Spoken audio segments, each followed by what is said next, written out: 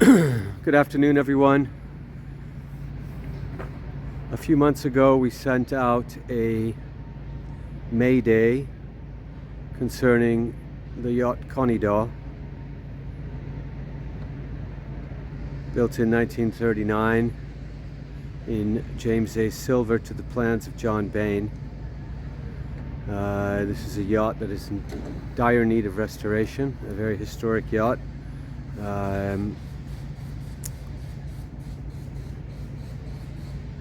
When we sent out the Mayday looking for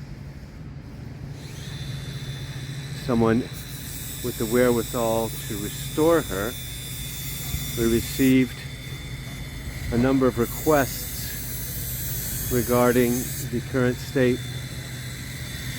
of the yacht. So here she is from the outside. We'll do a couple of quick videos, no editing.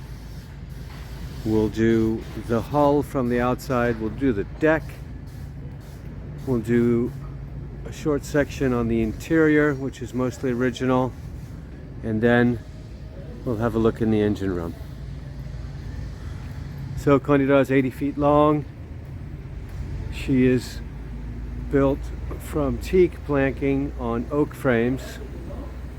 The planking itself is in very good condition. We have estimated replacement of probably half the frames, probably equally as many floors. There's many parts of the boat that haven't seen the light of day since 1939 on the inside, so the restoration required is total.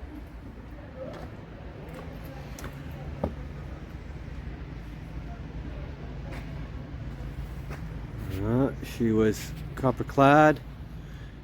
We've removed a little bit of the cladding to evaluate the condition of the wood underneath, which, as mentioned, is very good.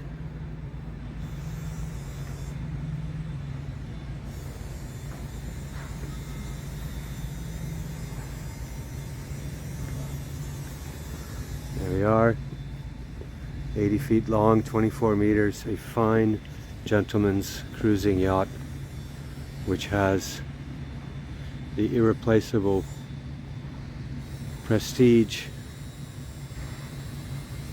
and honor to have participated in Operation Dynamo.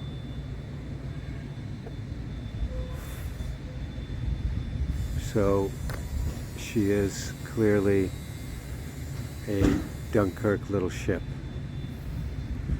one of the last to be restored. So here we are on the foredeck. The existing deck has been laid over the top of the original deck. So I'd imagine in a restoration scenario, both decks would be removed, which would give access to the deck beams, and I imagine from that point many decisions will have to be taken. This is the original Thomas Reed windlass. This windlass is a bit unusual in the sense that it is driven off a propeller shaft that runs the entire length of the bilge back to the engine room and is powered from a PTO on the starboard Gardner L6 engine. The deck is very open and uncluttered. There was a main signal mast which has been removed. The fittings are all original and restorable. The lifelines are original. The door aids are also original. Here we can see the windows on the deck salon. The configuration of the wheelhouse is not original. Originally there was just a single steering station to port. This has been built out to starboard, and there has been a rigid bimini in wood added over the aft deck. access to the engine room. Back along the gangway. Here's the aft deck. Original skylights. Also a very large space for Mediterranean use. You would probably take away the rigid bimini and install a soft bimini that would allow you to use the original davit positions, which are 4, 1, 2, 3, and 4, to store tenders on the aft deck while underway, or hang them over the side. Again, the foredeck is very large and open, but there isn't the same lifting equipment there. There's just a small davit that was originally used to handle the anchor. So now we'll go inside. So here we are at the helm. Obviously, obsolete electric and electronic installation. I would say that the instrumentation for the engines are original, as well as the controls. The controls are completely mechanical.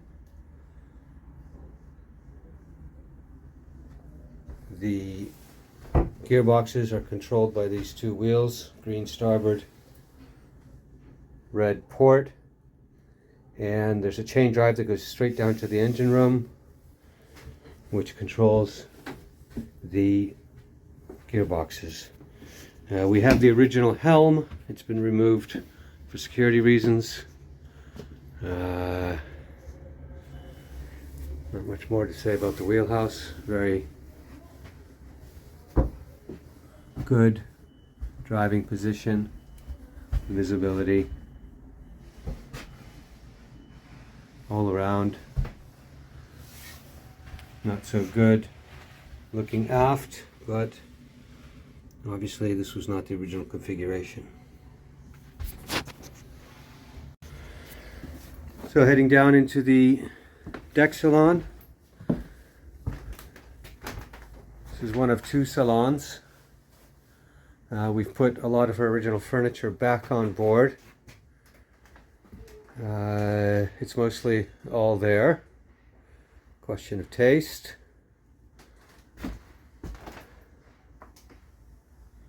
Lovely bar. Original gun rack. And a couple things that have been added. That television is obviously not original. This is the passageway down to the guest accommodations. And this is the passageway down forward to the second salon, which would have been the dining room.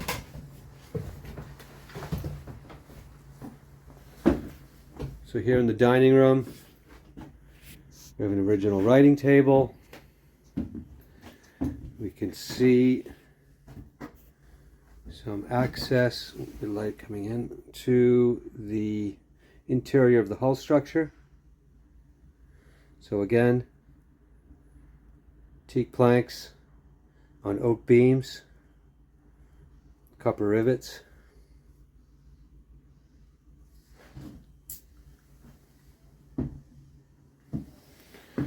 Under the dining room, we have tankage for fuel and water. There in the middle, you can see the shaft driving the windlass that we mentioned earlier.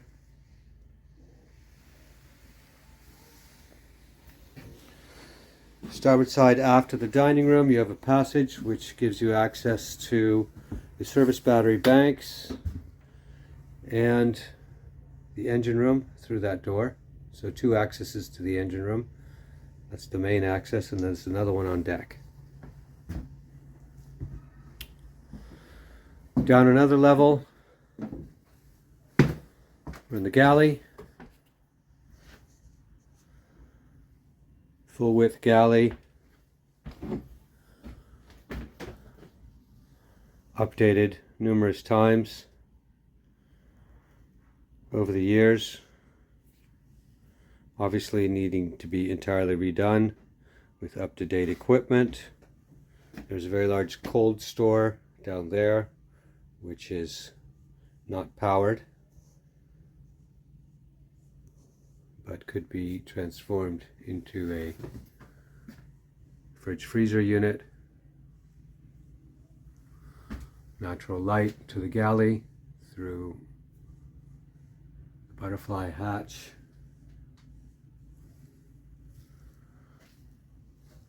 And over here was a worktop pantry storage area which was removed again for access to the inside of the hull planking and the frames.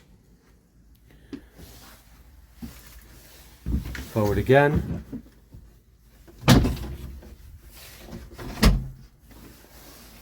The pantry.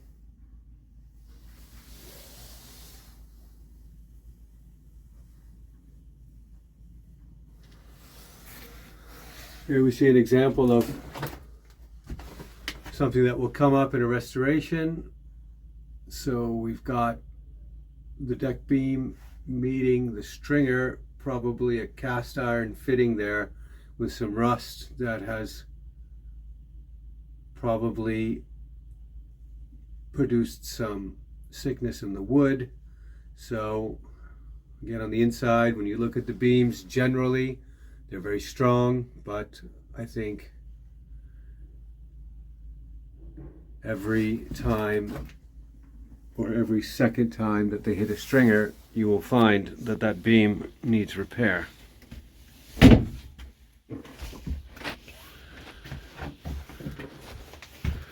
Crew access is down this ladder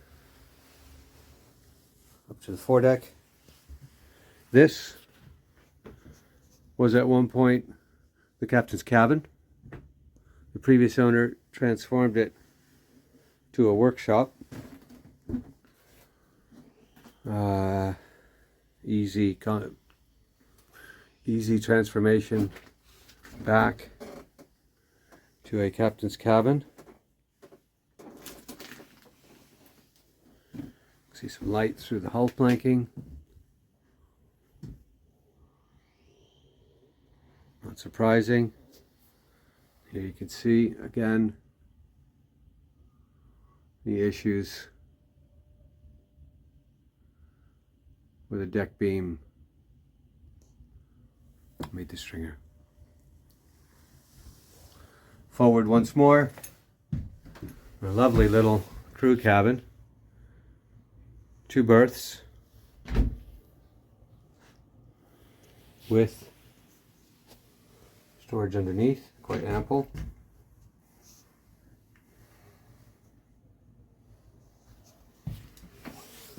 And access to the chain locker.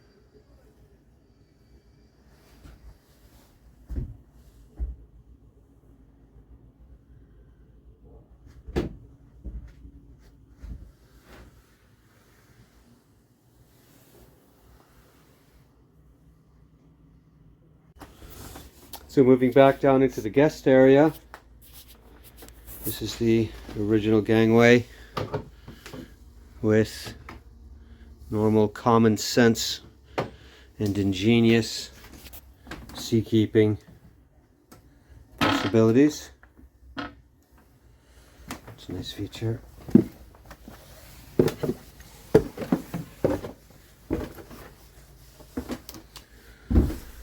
This corridor goes to the engine access on the starboard side, shown previously.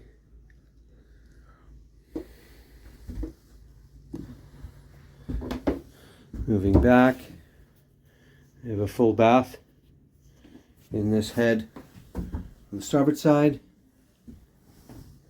Full bath shared by the crew cabins.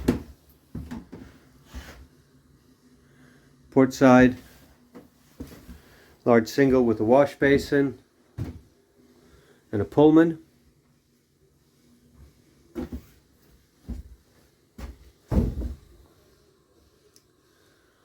Structure visible.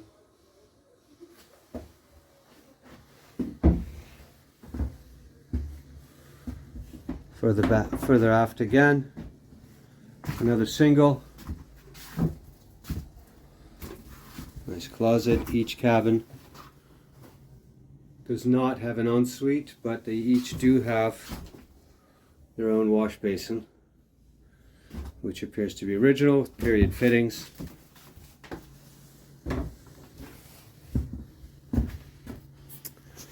Aft port side, somewhat larger guest double.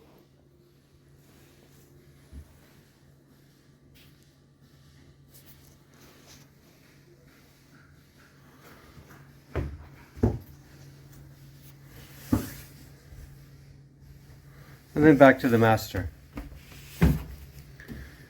Master has two singles, one on each side.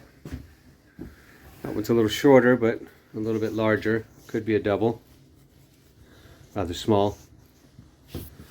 Behind the mirrored bulkhead is the lazarette with the steering gear.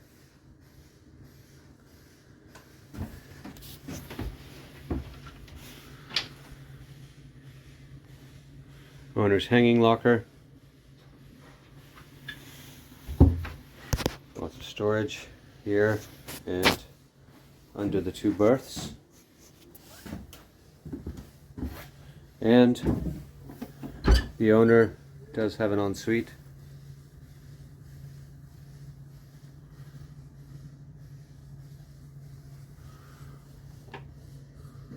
Which was a wash basin with a shower. So here you can look into the bilges.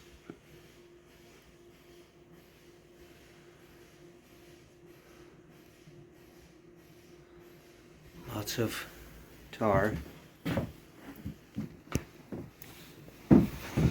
Needs a good cleanup, obviously, but as mentioned, this is a full restoration, which could be qualified as a rebuild.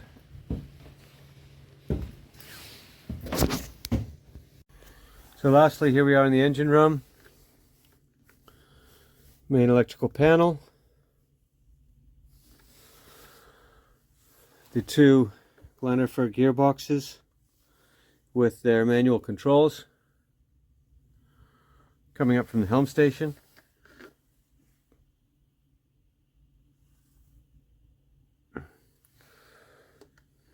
Over there on the port side we have the single Vosper stabilizer, which is not original, probably fitted in the 50s, just a single fin.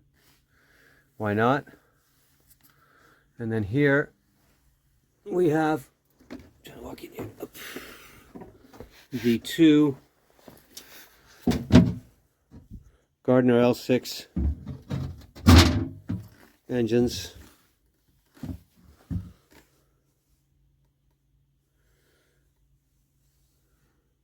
Eminently restorable. These engines were running when the yacht came to us in 2008.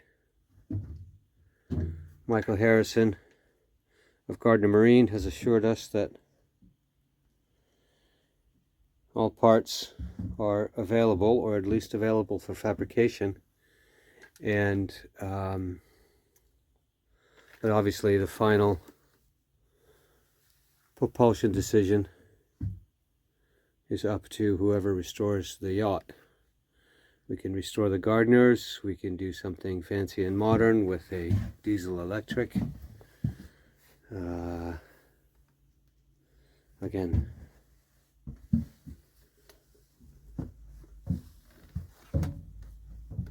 to be decided. This is the PTO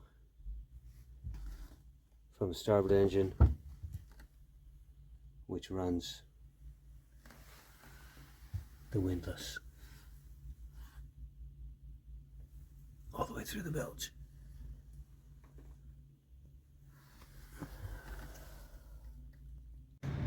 So there you have it, Conidaw. Just another quick look around the outside of the yacht.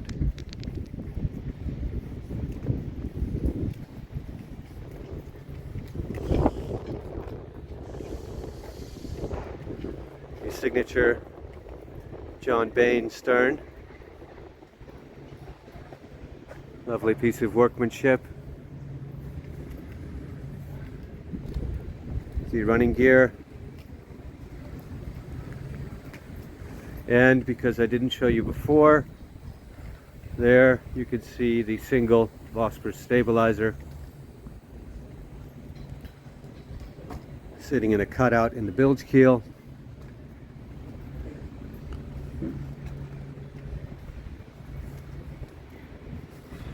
Go around to the bow one more time.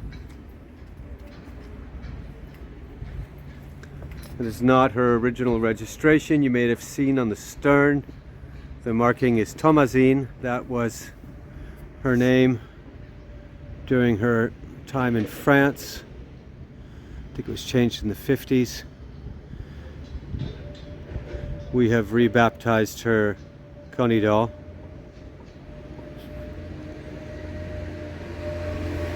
And there she is. Thanks for watching.